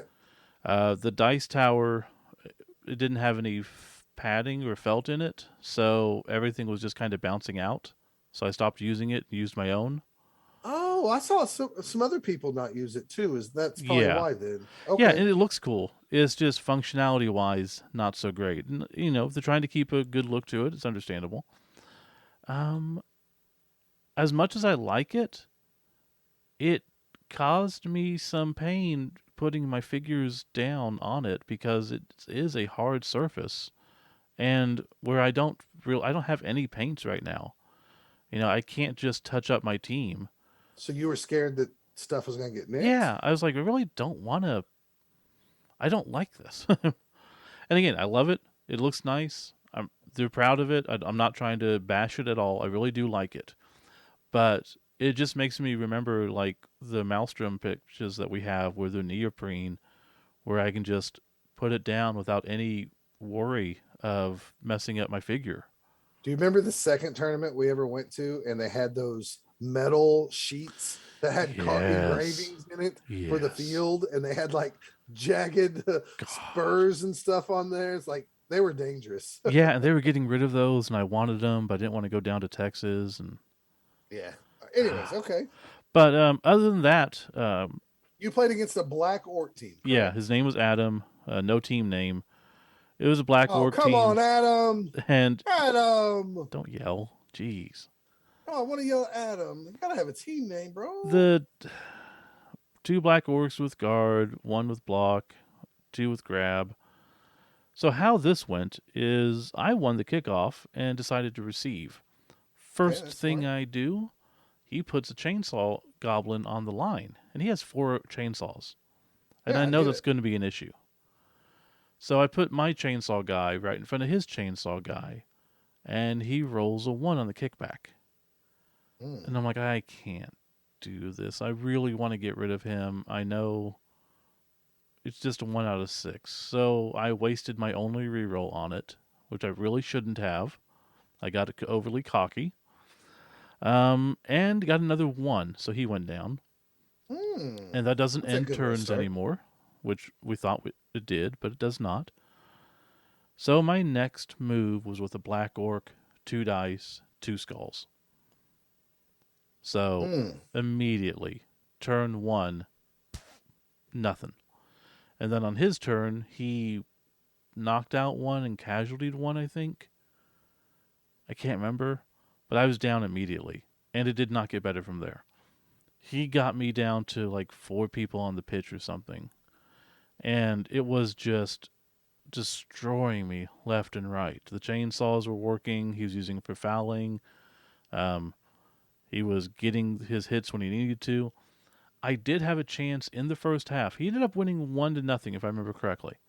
But first half, I did have a chance to get the ball to a bull centaur and just run away, but I failed the throw or something. Can't remember what it was. I'm wasn't a checking great. your score now. It wasn't a. Yeah, you only lost 1-0. Yeah, it wasn't a great chance, but it was a decent chance of getting it. And if I would have got it, it would have been. Oh, it was to a hobgoblin. Anyways, I would have just been gone. He wouldn't have been able to catch me. But I didn't get it. And then like he got good bounces, he got good rolls, and like I said, sometimes you just get diced. I got diced, and I Hmm. it just wasn't fun. You know, nothing against So him. He wasn't a bad sport. He was a good guy. We had no, fun he's a nice guy. time, but just the actual, I never felt like I was in the game.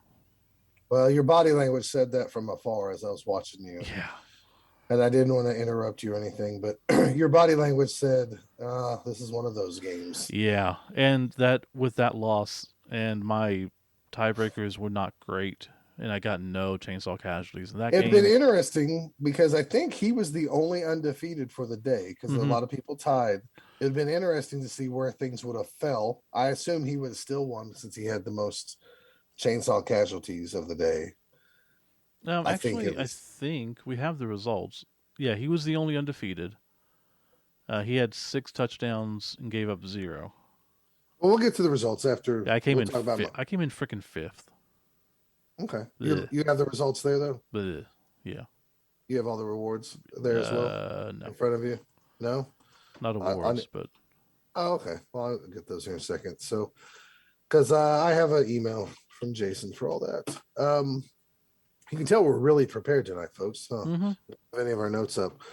So, my third game, man, I'm trying to think of his name. His name was Casey Rogers. I played against a bunch of dark elves. They did not have Griff, and I was very, very happy that he didn't have Griff. So for the first time, I didn't have to play stupid Griff. That's nice. Um, he had 4 blitzers, block and dodge. He had 2 witch elves. You know, they have block and dodge. He had a leader with, or a runner with leader, and a runner with wrestle. Um, and then chainsaws and stuff like that. So just one chainsaw, but that was his team. Long story short of the game, I went up 1-0 at the end of the first half. Then the second half, he was, I mean, very, very, very close to scoring.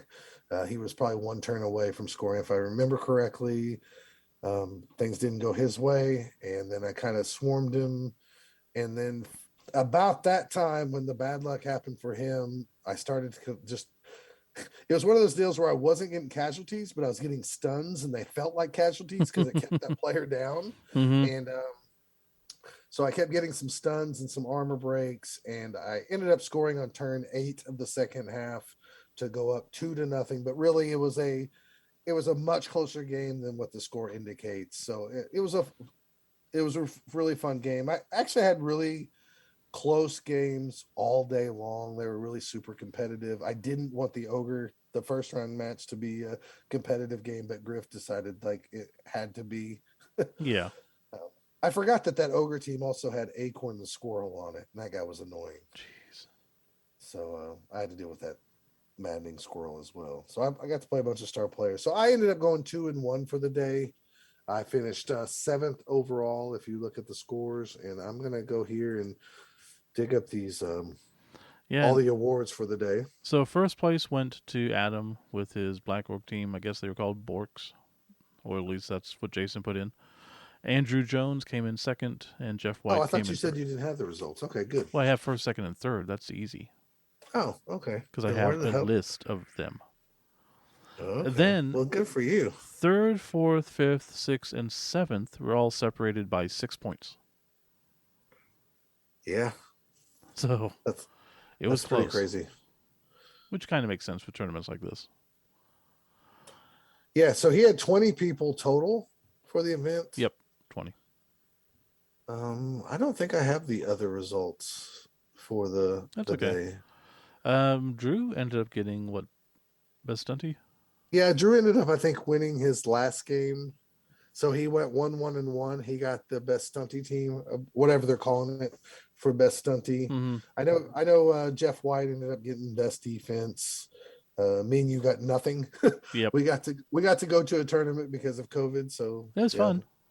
yeah.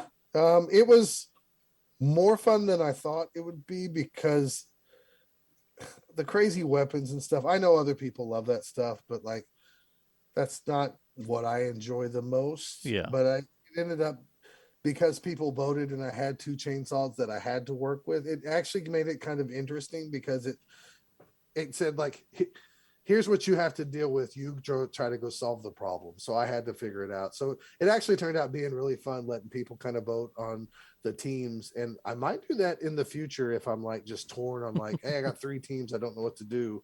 Let people vote for it. And then Yeah. it was sure nice taking that pressure off me And because Scott can again not make a decision.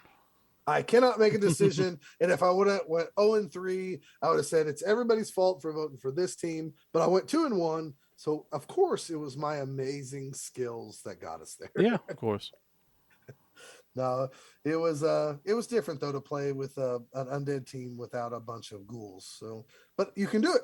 Yep. So that's the good news about all that. Then we drove back to Drew's house. We played a game of Marvel Villainous, went to bed, drove back the next day. We got some really good ice cream that night. We did. We went to a place called Handles Mm-hmm. in Little Elm, Texas, and yeah, it's really pretty good ice cream overall. So nothing, no big adventures on crazy places we ate or nothing No. besides, Bucky's. that's it. I had to actually drive back Sunday morning and work the comic shop, so it was really let's get down there, play some Blood Bowl, and let's get our butts back. Yeah. So, But it was definitely a lot of anyways, fun. Enjoyed it. It was just nice to get away for a weekend and actually play a tournament and see people we haven't seen in 2 years. yes, that was nice to just converse. Mike Patterson, Brad Wells, Dave was there. It's just a lot of faces that we haven't seen. It's Mm-hmm. always nice when somebody says, "Oh, I listened to your podcast," and you go, "Oh, I hope that's a good thing," I didn't and say stuff like that. that. So it's nice just to get out, see the community, see people laugh. It was funny too. The last round of the matches went to a little bit after 7, and John Spurgeon's a big Buffalo Bills fan, and I'm a big New England Patriots fan, and I did not want to play the Bills again. And our plan was to maybe try to go watch the game afterwards if we had time. And the fact that John didn't say one word to me after the awards was over, I knew was probably bad because he was being nice. And I said, the score must be really bad if you're not talking about it. And he said, yeah, it's like 14 or 21-0 Bills. And I was like, okay. So I didn't watch one drop of that game because by the time I got home, they're getting blown out already. So it was enough of that crap. Yeah, So. don't blame you. All right, so that wraps this up. Unless you have anything else to talk about, big hats off to Evolution Games and Jason Campbell for running a nice event. And it was nice seeing everybody. Yeah, So. absolutely. All right, we will be back with the final segment of today's very long podcast in just a moment.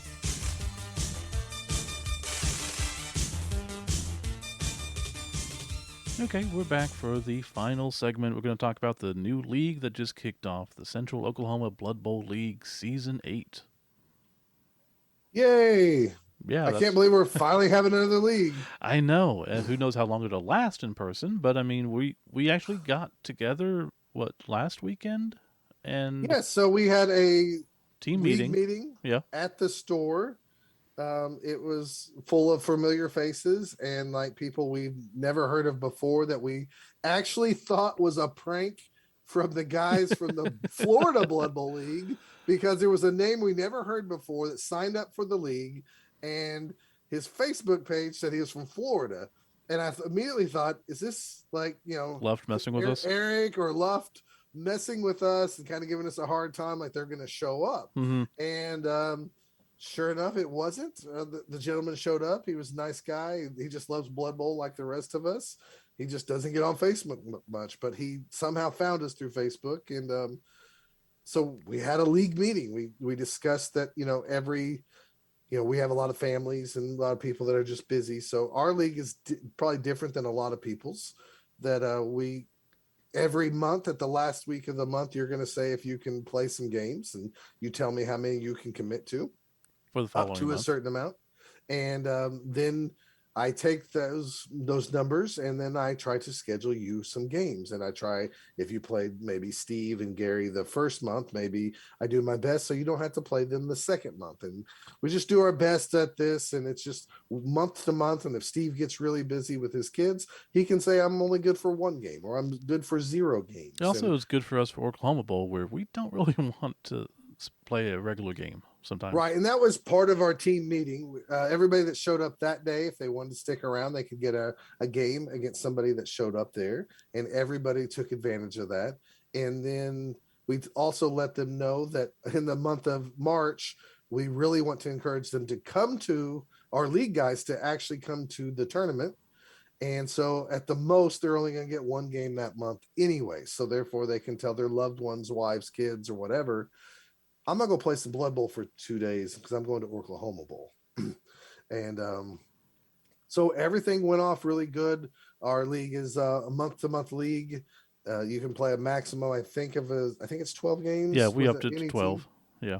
And you have to play a minimum of like 5 games Mm-hmm. to get into the playoffs. And everybody, if you get to the end of the season, you can make the playoffs if you want to play the final bracket tournament. So the league is really just kind of for a seeding in the tournament. So it does have some long-term, standings and ramifications. If you want the number one seed and there happens to be only 7 teams that go into the playoffs, you're going to get that first round bye. Yeah. Um, But it's also nice just to not care too much about the regular I mean, season. really, the regular season is you kind of want to work on your star player points and stuff like that to get ready for playoffs, and you hope nobody wrecks you, Mm-hmm. early That on in would the never season. happen with a team one weekend, I'm sure. Oh, sure, sure not.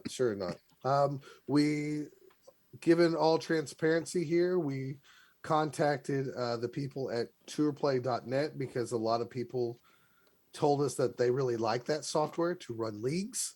We contacted them, and we tried to use our Blood Bowl clout as If you like, would like hey, to get a review, we'd be happy to, you know, you take a know, free trial and let us see if we like it, and then we'll do a review. and here's our experience with running a Blood Bowl league, not through Excel spreadsheets. We've just ran it through OBBLM, Yeah. and that is not up to date yet, which I think is something that really the NAF should get on really quick, or everybody's going to leave Yeah, and pretty not much. even use that. So we did try to see if the Tour Play guys would let us have a month or two free, because I know they charge by the month, and we Yeah. were, more than anything, it's not that we weren't scared that we wouldn't like it. We were just scared we were too old to maybe run it. Like, we're not programmer minds, at least not like some of our friends. Yeah. And they said, why don't you play Tour League and you let us know what you think about it? So they basically said no in a nice way, which is Right. fine. No, I don't blame them at all. That's fine. No, to show you that it didn't bother us that much, we're using Tour Play. So it has worked very well so far. Yeah, because Everybody we got is, looking into what was needed for like just running it by spreadsheets, and I was like, oh, it's not too hard. We'll just have to add a couple of columns, and then Scott was like, well, what about random skills? I'm like, oh, well, yeah, that's true. Then I got to add that. He goes, well, what about also, we have to. It costs more later on due to different levels, and oh, damn it. Okay, fine. so yeah, so we gave in. We're running it through Tour Play Mm-hmm. for our guys. It was really easy, just if you're out there, and this will probably be a constant thing throughout the year. So maybe today we're going to talk all about all the good things, and then later we might Yeah, talk about what we think are the bad things. And and thanks to Joe and Joe Brendan and Roberts had, everyone who piped up and said, "Yeah, we've used this. We really like it. And if you have any questions, let us know." yeah, I talked to Joe Roberts on the phone for a good probably 30 minutes Hmm. about things and everything. We created the league. which is at the very beginning. I don't think it's very intuitive. There's a lot of No, options, and you have no idea what the hell. I'm sure there's some documents, but no, we did not there's go through not. it enough. Well, Steve says no. I say I don't not sure because I didn't look. We were overwhelmed. We After talking to Joe, I asked him what they use, and I kind of just we Yeah, set up the league that way. It was very easy to tell the guys in our Facebook group to like go to this link, sign up, build your team, and everybody was like, "Oh, it's so easy! It's yeah. really cool." And And then Jeff Hunt is having fun making logos for everybody, so that's cool. yeah, he's got like a logo maker, so he is taking it upon himself to make everybody a league logo that they can use. So that's pretty cool. Right now, we as of this moment, and the league's only been going on for a week, we have I think 10 teams signed up. Including, Even go ahead.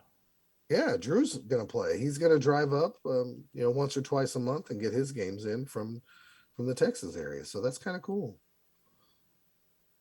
Um, we have Amazon's Old World Alliance, Slon, Yeah. Dwarf Goblins, Chaos Dwarves, Necromantic Horror, another dwarf team, some orcs, and some Chaos Renegades. And There is a few maybe players that might be joining the league. I don't know if in the month of February or if in March, but there is people still interested. The gentleman who came and watched games Saturday, I don't know if you were there when he showed up, Sebastian. don't think so. He's a guy I work with who's talked about Blood Bowl. He's played, Oh, the video game, but never in person. And I told him about the meeting, and he showed up probably about 1 o'clock, and he watched the rest of Gary's game and stuff. And then he asked to borrow a rule book because he's really interested in yeah. maybe giving it a shot. So we had, like I said, we have some more people that can come in. That's the good thing about this month to month thing. As long as you get your 5 games in, you can join the playoffs. So in theory, you could start in March or even April with a team and come in and play some games and get Yeah, into the league. easily. Um, it's so what we know so far about this is we have these things. We've made open challenges. So when I told the guys, I had them just roll off. And when it was Gary and Matt Strickland playing, I told them they were playing. They went in, they challenged the other guy, and then they both get on their devices and they both hit start game, and then they just start recording their stats live as it goes. It's so nice. And like if you have a tablet, it's even nicer because then you have it next to you and you can look at rosters easy. And I'm just it's not intuitive setting it up, but the actual use of it is pretty intuitive. And like they've put a lot of work into this. I was supposed to interview them last year, um, but I just never got back around to reaching out again. And then of course COVID and everything didn't have any need. But yeah, it is great software, and the fact that like they could still make it a lot better. I mean, and I know Mm-hmm. that there was another company out there talking about creating a league software, and if it's as functional as this with honestly better documentation and better walkthroughs and how to set stuff up, it could see you know people switching over because that's the only downside to this so far is trying to set it up made no sense. No. So Steve did not play a game on Saturday, Right. so that just left me and Steve left open to play. I was the odd man out, knowing that Steve was going to leave Saturday, and I told Steve, no big deal. If I end up being the odd man out, I'll just play you Sunday. So we got together. We played a game of the Niftengrad Privateers, the Old World Alliance team, all named after Pete Nifton, of course, is like a character. He's like the coach, and a lot of his friends and stuff that hang out at the Organ Grinder little pub near him. I've consulted Pete to get some of these team names for some of these characters and like nicknames of people at the bar and stuff. So they're all kind of themey or characters that maybe Pete has created Yeah. um, in his time illustrating Blood Bowl. And I played against Steve's Asphalt Scorchers, the Amazons, which Yeah, I didn't know what to play, so I just saw the Amazon sitting over there, and I'm like, I haven't played the Amazons in a while, and I've been wanting to. And I'm like, I'm gonna get my ass beat because they're Amazons, and yeah, sure he won three to enough, nothing. well, yeah, but after signing up, Then I saw a dwarf team, another dwarf team, and a chaos dwarf team. Yeah, I'm I like, wonder oh if it's lord, your fault that somebody saw those Amazons and they said no, no, no, no, probably. no. But yeah, Scott and I play, and I'm It was getting bad. I'm getting injuries on his dwarves, and yeah, I did end up winning Yeah. 3-0. Yeah, Steve got a bunch of casualties to the dwarves, not the halflings. No, not the halflings at all. He strength busted my troll slayer, so immediately that guy's already been cut. And they're really so here's one downside to it. There's no record of that guy existing Yeah, except in that one game stat because he got injured. So you can still see his number and his name, yeah. but nowhere else does it show like in fumble, for example, if you have a dead player, you can go look at dead players This or a cut is player. this is This very does not much have a that. current state tracking software system. It doesn't care about past state.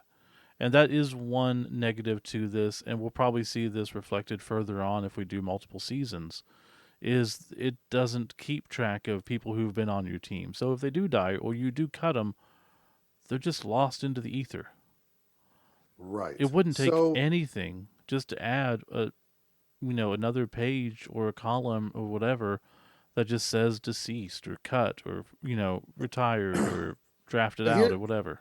and from me and Steve's one game, he got two casualties against me, like earned casualties. Hmm. I think the crowd also beat somebody up, Yeah. but he got two earned casualties against me. So if you go look at our overall stats, if you opened up the tour play software and you click on the match report, you will see that he earned two casualties against me. But I think where it says injuries against, if you look at our numbers, I got one casualty against Steve. So Steve should have I should have two against me because I had two injuries against me and one against Steve. If you look at those stats right now, you're going to see the score 0-3. You're going to see this the oh okay, here it is. Casualties favor. Yeah, it's right in the middle. It says 2-1, but if you look at the bottom, injuries against, since I cut the guy that got injured, I believe that should say two people. Oh, Do yeah. you see what I'm saying, Steve? I see what you're saying, yeah. Since I cut the guy that had the strength bust that counted as an injury because he's no longer on my roster, the stat shows that we both had one casualty, like one injury against. Well, what was your When other injury? You had a badly uh, hurt and then I a had a minus badly hurt. strength and a badly hurt. So badly hurts don't count. That's what it is. Maybe that's it, but I wondered if Because me cutting the guy changed that I don't think so. because you don't think No, so? I think it's just badly hurts only count. Okay, then Don't maybe count. not. Because somebody through me talking to people said something about like if you cut a guy Yeah. or if you change a stat maybe after the game's been reported, it doesn't reflect in the overall stats or So something. looking at I'm the Crimson Mountain Stoutbeards dwarf team against the Kragadorn Battle Ragers dwarf team. okay. Um, 2-1 casualties for the Stoutbeards. Shows one injury against them and no injuries against the other team. If we come down here, miss next game, badly hurt, badly hurt. So So they badly only hurts count do the not count. Actual injuries count okay. because it's Okay. just out for the game. Okay. That's fine. I Yeah. was just wondering if we found one of those little glitches Nope. because I cut a guy. Doesn't look like it. Okay. Well, see, we just learned something. So Yeah. anyways, this is our league. We're going to be using Tour Play. We will talk more about Tour Play. If you are interested, you can go to tourplay.net. We should just go ahead and put a link up to our league so people can see it. That's true. They can go in there and see it and see all our fluffy names and all that stuff. And If you're just, anywhere around the Oklahoma City area and want to play, let us know. yeah. That's all we got for this, unless you have something else. Besides Steve crippling my team that I'm going to have to recover, No, that was 3 games before I get some more money. well. It's no killing a whole bunch of Sorai, but it's good. Yeah, some things never change. So let me tell you something. Playing Amazon's early when you have 0 tackle and only 2 guys with block on your team Yeah.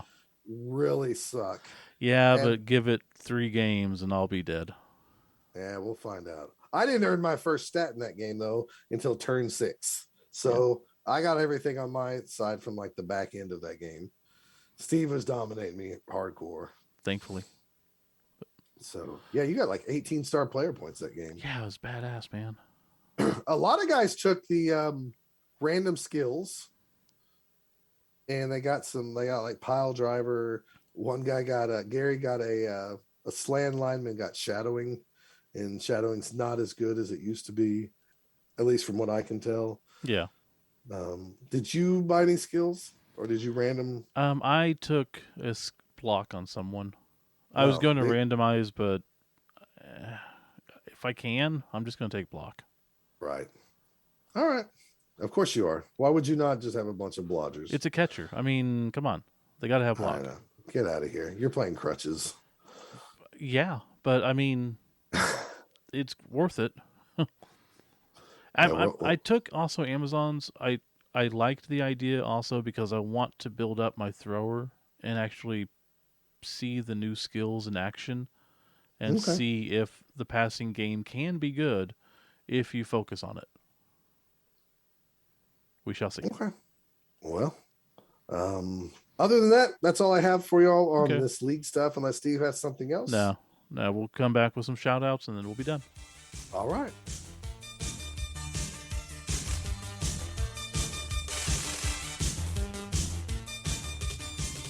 Final time, final segment, final word from Scott. Shout outs. God, So bad. it is. And the system is just stopping you now. That's okay. My voice is shot. Yeah, we can tell. We've been screaming the whole episode for whatever reason. Well, I think I've become that old man that I can't hear myself, so I just talk louder Mm-hmm. Yeah, because my hearing is getting bad. makes sense. So, speaking of shout outs, I mean, chiefly, we want to thank everyone who involved in running the tournament that we went to. It went well. Shout out to everyone we played against and saw. It's nice seeing everybody. Um, everyone at the The league. I mean, Evolution Games had yeah. clean bathrooms, and hats off to the Blood Bowl guys and everyone in there. And never that I saw, there was no pee on the ground. So good Mm-hmm. job. That's always nice. Um, Any other ones that you have? I just want to let everybody know because there is a few listeners and just a few that actually care about the Downey Awards, which is our Blood Bowl Awards from the previous year, where we talk about like, maybe favorite theme, favorite this, favorite Mm-hmm. game, this and that. We went to 2 events last year, and we went to an event that had it was 3 rounds with no skills, and then we had another tournament that we held. So we just decided to not do the Downies this year, not even as a joke segment, and just tell you here that hopefully we're going to be at a lot more tournaments this year, and we'll have the Downies next year in January. So it gives you something to look forward to. It'd be nice. Uh, thanks to Drew for tagging along with us at the last second on a tournament And while he's letting us still hang out at his place. Yes, definitely. Thanks for letting us stay at Casa de Drew, even though like he's still unpacking from his big move from Iowa. But we really appreciate that. It was I nice to. missed the basement, but his new house is awesome. Yeah, I'm torn because I have so many memories of the old house, but his new house is very, very awesome Mm-hmm. for sure. I did teach a guy. I'm gonna give him a shout out, even though he'll probably never listen. Shout out to Drew Duty, who I taught to play some Blood Bowl. Played 1 game. Taught him up at the store. He thought about joining the league. If I have a prediction, Blood Bowl is not for him, even though he kicked my butt in the Blood Bowl game 2-0. He really thought Blood Bowl was about a 45-minute game. He Yeah. comes from a lot of Magic the Gathering, Flesh and Blood type games, and he was like, I didn't have no idea that you guys play for 2 to 3 hours. That's the hardest part about the game is getting people to commit to that time.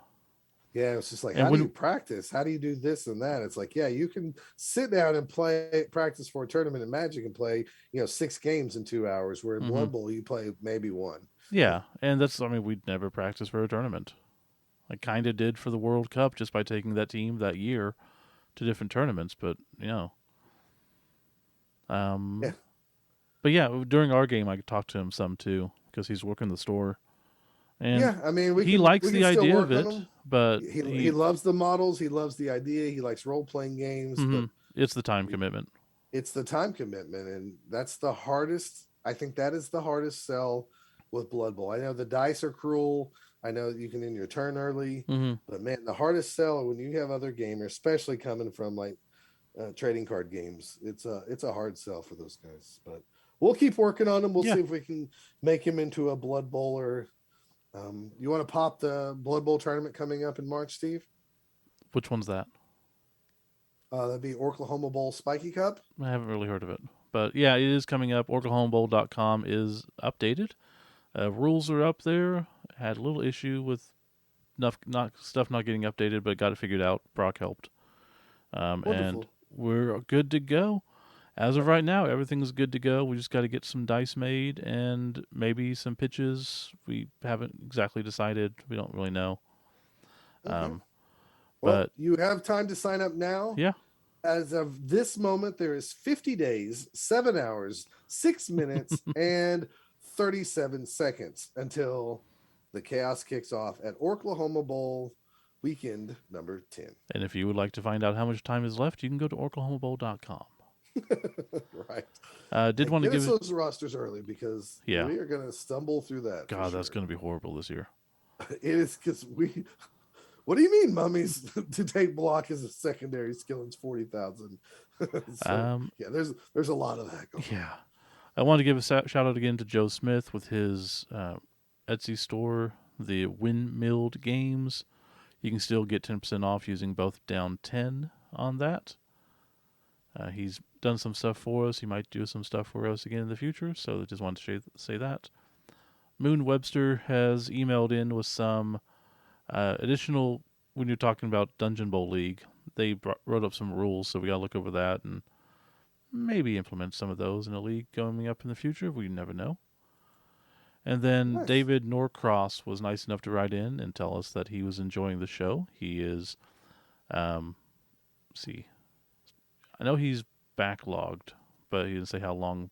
But he's catching up, and he was talking about how he's listening to 2018 podcasts about how excited we were about the 10th one coming up in 2021 and all of our excitement. And it's like, kind of sucks that, I'm getting to go to Oklahoma Bowl 10, but, it's not going to be this crazy tournament. And I completely understand. I go, well, yeah, it does suck, but I guess, It Nuffle's is what it sacred is. number is 11, so who knows? It's gonna still be a blast. It's gonna be Yeah. fun. I think that's one thing kind of learning is, going to this event at the last second, and it made it just like I was just kind of happy to be there, and Mm-hmm. that's a good thing. So Oklahoma Bowl weekend, whether it's the 10th one that we're going to celebrate really big or the 11th one, I don't think that really matters.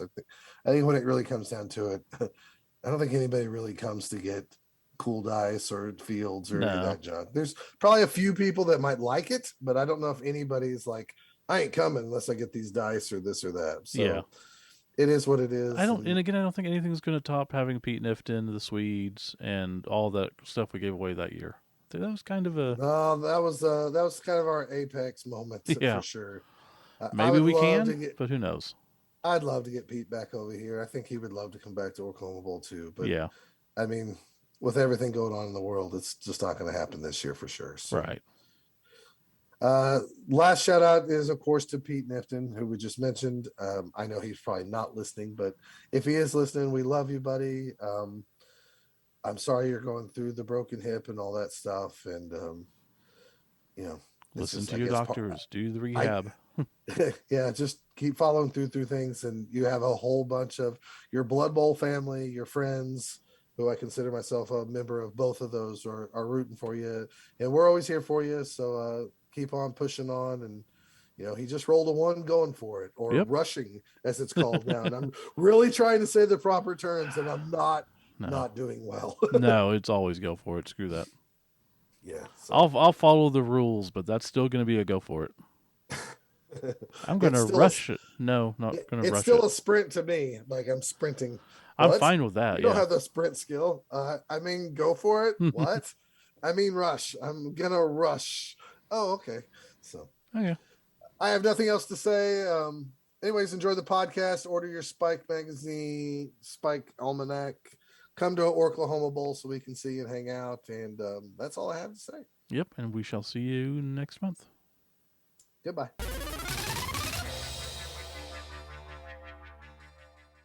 You can follow Both Down on Twitter at Both Down. You can follow Scott at Real Scott Prime and Steve at Kilowog2814. If you'd like to email them, the email address is bothdownpodcasts@gmail.com. Or for more information, you can visit them at bothdown.com or at facebook.com/bothdown. Welcome to episode. Shit. Yep, you're ready. Kind of. I mean, kind of not. Yeah, I mean, it's just life. Start over? Yep. 1 second.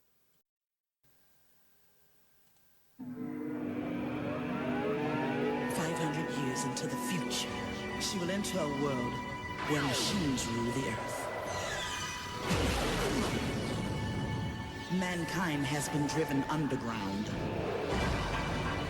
And Cleopatra is about to discover there's no place like home.